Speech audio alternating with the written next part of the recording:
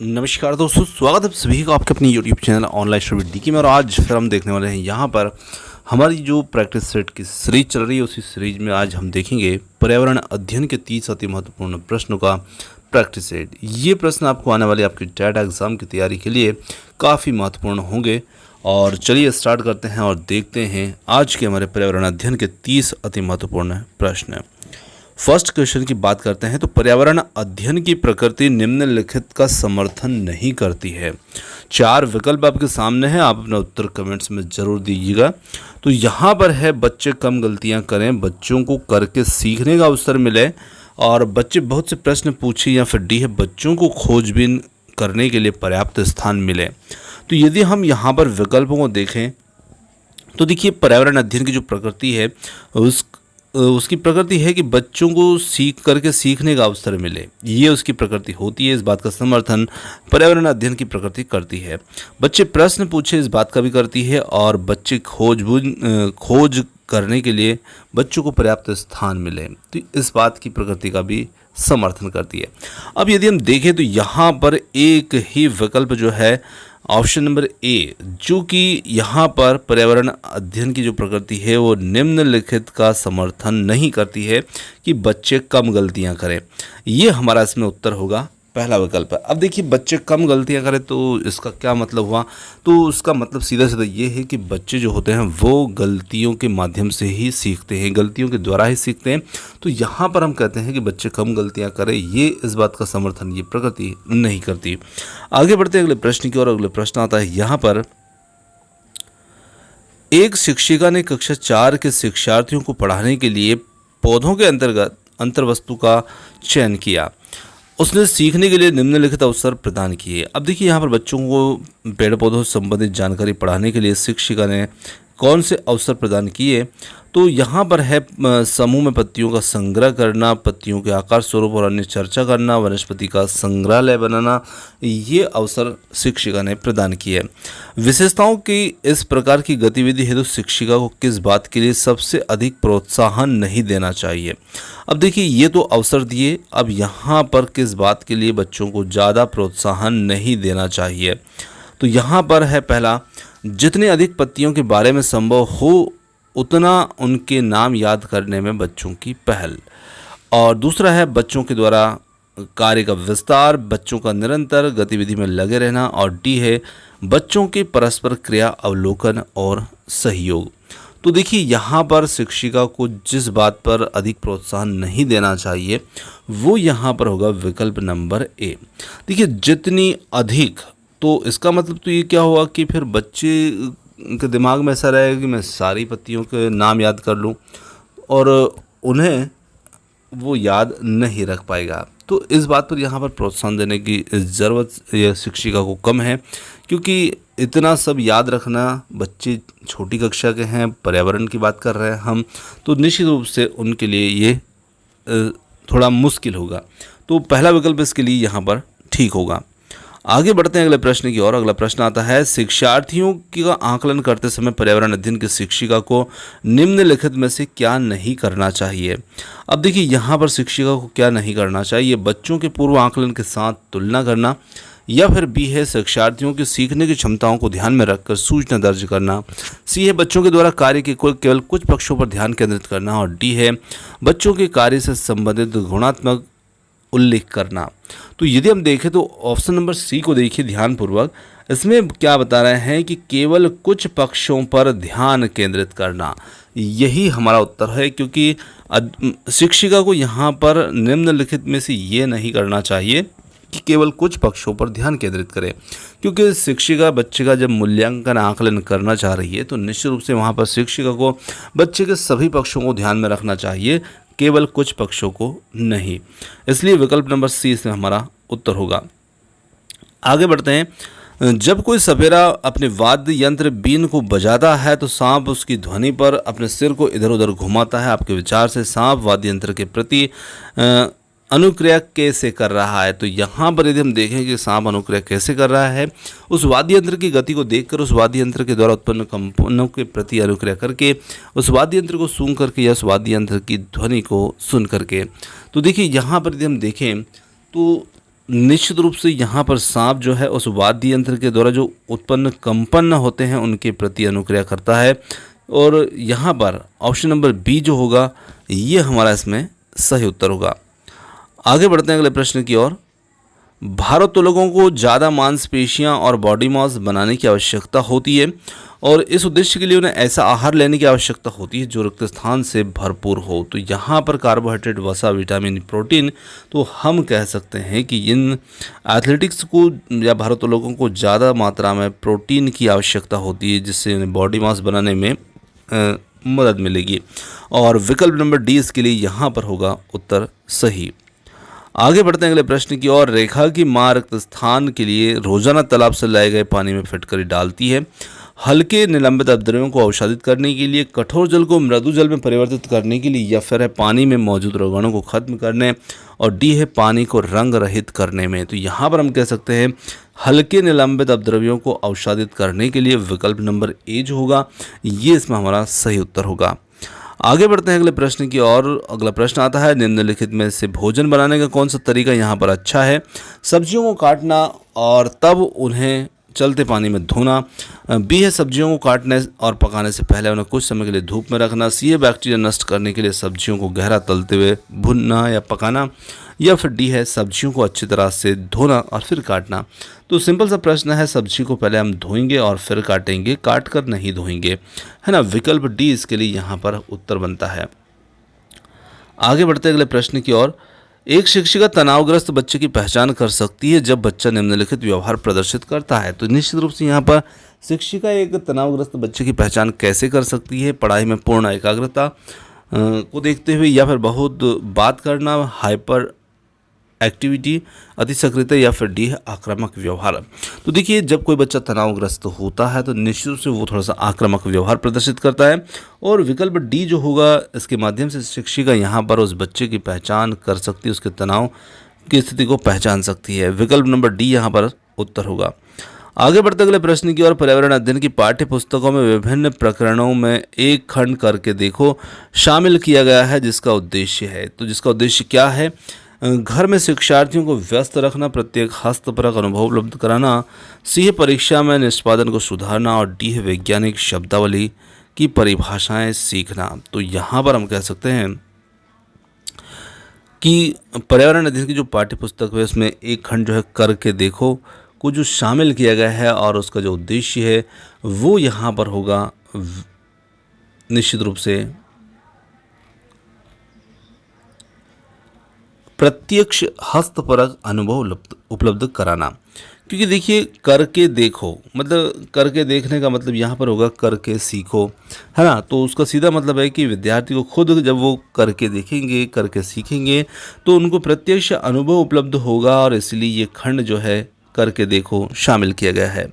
तो विकल्प बी यहाँ पर उत्तर होगा इसके लिए। आगे बढ़ते हैं। पर्यावरण अध्ययन के शिक्षक के रूप में चिड़ियाघर भ्रमण का आयोजन का उद्देश्य होना चाहिए। तो इसका क्या उद्देश्य होना चाहिए? तो देखिए चिड़ियाघर के भ्रमण का आयोजन करने का जो मुख्य उद्देश्य होना चाहिए शिक्षा की गुणवत्ता के बारे में अभिभावकों को संतुष्ट करना, या फिर है यहाँ पर शिक्षार्थियों को आनंद और मज़ा उपलब्ध कराना, नित्य शिक्षण कार्यक्रम की एकरसता को बदलना, और अगला है यहाँ पर शिक्षार्थियों को सक्रिय अधिगम अनुभव उपलब्ध कराना। तो देखिए यहाँ पर हम जब बच्चों को चिड़ियाघर भ्रमण के लिए ले जा रहे हैं तो निश्चित रूप से यहाँ पर भी बच्चों को एक प्रत्यक्ष अनुभव मिलेगा, और यहाँ पर शिक्षार्थी जो हैं वो खुद सक्रिय अधिगम अनुभव का अनुभव करेंगे। तो यहाँ पर डी विकल्प जो होगा इसके लिए सही उत्तर होगा। चलिए आगे बढ़ते हैं। कोई पक्षी पेड़ की ऊंची डाल पर अपना घोंसला बनाता है। यह पक्षी हो सकता है शकरखोरा, कलचड़ी, कौवा या फिर फाख्ता। तो देखिए सबसे ऊंची की पक्षी पेड़ की ऊंची डाल पर, सबसे ऊंचे पेड़ का नहीं पूछा है, यहाँ पर पूछा है पेड़ की सबसे ऊंची डाल पर। तो यहाँ पर सब पेड़ की सबसे ऊंची डाल पर जो घोंसला बनाने वाला पक्षी है वो है कौवा। और यदि सबसे ऊंचे पेड़ की बात की जाए जिस पर पक्षी घोंसला बनाता है तो वहाँ पर होता है चील। चलिए आगे बढ़ते अगले प्रश्न की ओर। पोचमपल्ली एक गांव है और यह गांव एक विशेष प्रकार के कपड़े की बुनाई के लिए प्रसिद्ध है। इसे पोचमपल्ली भी कहते हैं। और यह गांव निम्नलिखित में से किसका भाग है? तो यहाँ पर एक केरल, कर्नाटक, आंध्र प्रदेश या फिर तमिलनाडु। तो पोचमपल्ली जो है ये आंध्र प्रदेश का एक गांव है और यहाँ पर साड़ियों की बुनाई की जाती है, जिसे पोचमपल्ली साड़ी भी कहते हैं और इन्हीं के लिए ये गांव प्रसिद्ध है। तो विकल्प सी यहाँ पर इसमें सही उत्तर होगा। आगे बढ़ते हैं। मृत सागर क्या है? ऐसा सागर जिसका पानी जहरीला होता है। ऐसा सागर जो सभी महासागरों से ज़्यादा या सागरों से ज़्यादा नमकीन है। सी ऐसा सागर जिसमें ज्वार भाटे बहुत तीव्र गति से आते हैं। और डी ऐसा सागर जिसमें जहाज चलाना खतरनाक होता है। तो मृत सागर की यदि हम बात करें तो मृत सागर जो होता है ऐसा सागर होता है जो कि अन्य सभी सागर महासागरों से ज़्यादा नमकीन होता है। और बी विकल्प हो जाएगा इसमें यहाँ पर उत्तर। चलिए आगे बात करते हैं अगले प्रश्न की ओर। केवल ऊपरी मृदा में निम्नलिखित में से विद्यमान होता है केवल ह्यूमस और सजीव, केवल ह्यूमस और मृदा कणिकाएं, ह्यूमस सजीव तथा पादप या ह्यूमस सजीव तथा मृदा कणिकाएं। तो यहाँ पर हम कह सकते हैं कि जो ऊपरी मृदा होती है उस मृदा में विद्यमान होते हैं ह्यूमस सजीव तथा मृदा कणिकाएं। विकल्प नंबर डी जो होगा वो इसके लिए सही होगा। आगे बढ़ते अगले प्रश्न की ओर। अगला प्रश्न आता है, यदि पृथ्वी के चारों ओर वायुमंडल नहीं होता तो पृथ्वी का तापमान क्या होता? बढ़ता घटता, दिन के समय बढ़ता, रात के समय घटता या फिर डी है अप्रभावित रहता। तो यहाँ पर हम कह सकते हैं कि यदि पृथ्वी के चारों ओर वायुमंडल नहीं होता तो पृथ्वी का तापमान जो है दिन के समय बढ़ता और रात के समय घटता, क्योंकि हमारा जो वायुमंडल है वो एक चादर की भांति हमारी पृथ्वी को लपेटे हुए है, जिससे कि हमारा वातावरण जो हमारा तापमान है वो संतुलित बना रहता है। चलिए विकल्प सी होगा इसके लिए सही उत्तर। अगला प्रश्न आता है, ओजोन छिद्र का क्या अर्थ है? तो देखिए ओजोन छिद्र का अर्थ क्या होगा? ओजोन परत में एक बड़े आकार का छिद्र होना, ओजोन परत का पतला होना, ओजोन परत में छिद्र या छोटे छोटे छिद्र या फिर डी है ओजोन परत का मोटा होना। तो यहाँ पर हम कह सकते हैं कि ओजोन परत का छिद्र जो है उसका मतलब होगा ओजोन परत का पतला होना और विकल्प बी होगा इसके लिए सही उत्तर। आगे बढ़ते हैं अगले प्रश्न की ओर। अगला प्रश्न आता है, निम्नलिखित में से पर्यावरण की कौन सी समस्या हाल ही में उत्पन्न हुई है? तो यहाँ पर यदि देखी जाए तो पर्यावरण की कौन सी समस्या है जो हाल ही में उत्पन्न हुई है? ओजोन परत का ह्रास, ग्रीन हाउस का प्रभाव, वैश्विक उष्मन या फिर ये सभी? तो हाल ही में उत्पन्न होने वाली समस्याओं के अंतर्गत ये सभी समस्याएं आती हैं, क्योंकि ये सभी वर्तमान स्थितियों में देखने को मिल रही है।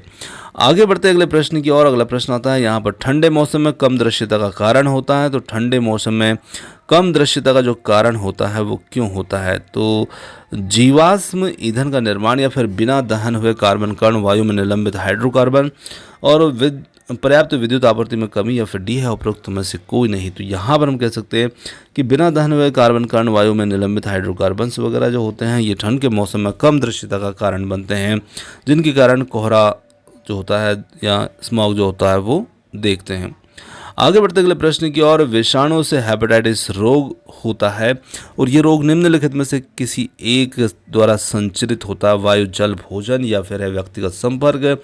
तो यहाँ पर हम कह सकते हैं कि ये जल के द्वारा संचरित होने वाला रोग होगा और विकल्प बी इसमें उत्तर होगा। जब एक जीव लाभ लेता है दूसरा बगैर दूसरे सहवासी जीव को प्रभावित किए तो ये स्थिति क्या कहलाती है? इसे हम परजीवी, सहभोजी या फिर मृतोपजीवी या फिर सहजीवी। तो इसे देखिए जब एक जीव लाभ लेता है, कुछ स्थिति ऐसी होती है कि जिसमें दोनों जीव एक दूसरे से लाभ लेते हैं, पर यहाँ पर एक ही जीव लाभ ले रहा है और दूसरे जीव को प्रभावित किए बिना। तो यहाँ पर वो स्थिति जो है उसे हम कहेंगे सहभोजी और यहाँ पर हो जाएगा विकल्प नंबर बी जो होगा सहभोजी या सहभागिता भी इसे कहा जाता है।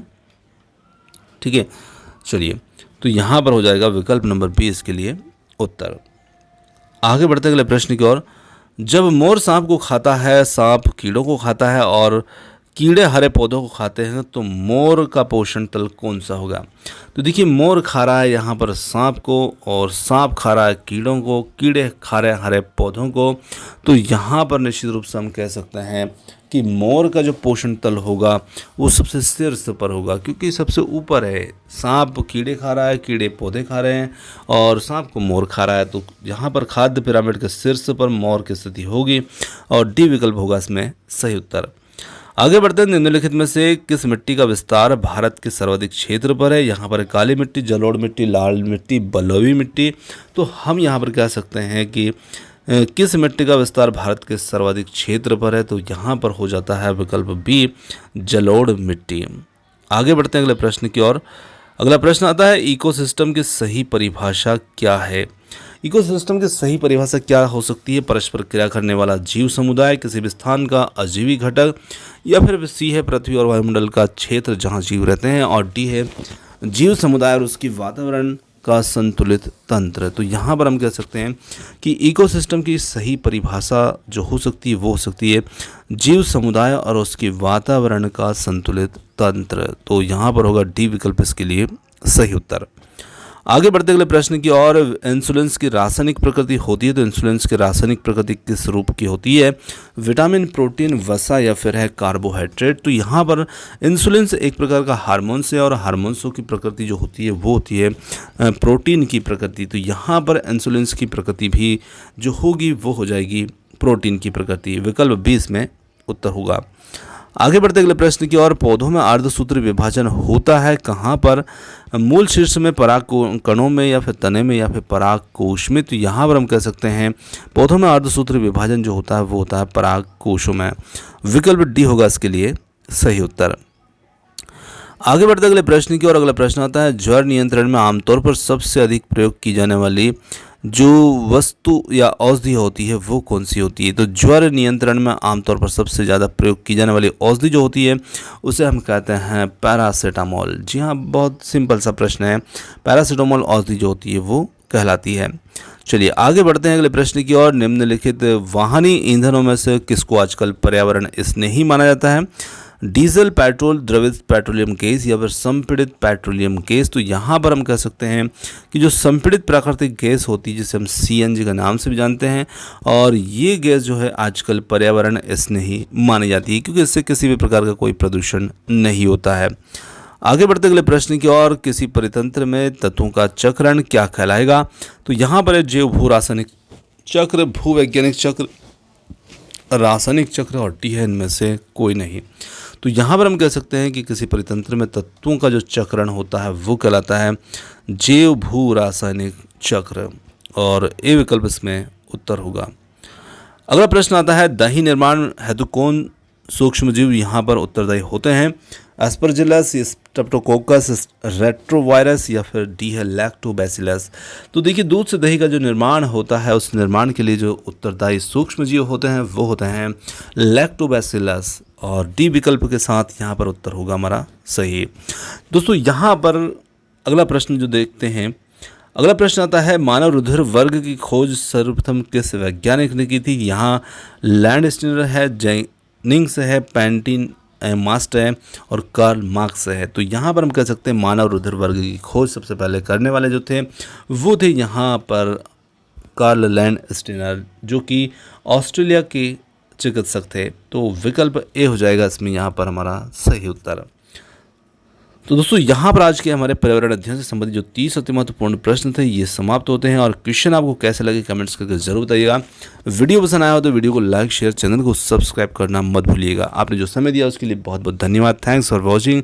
मिलते हैं जल्द ही एक और नए किसी वीडियो के साथ। धन्यवाद।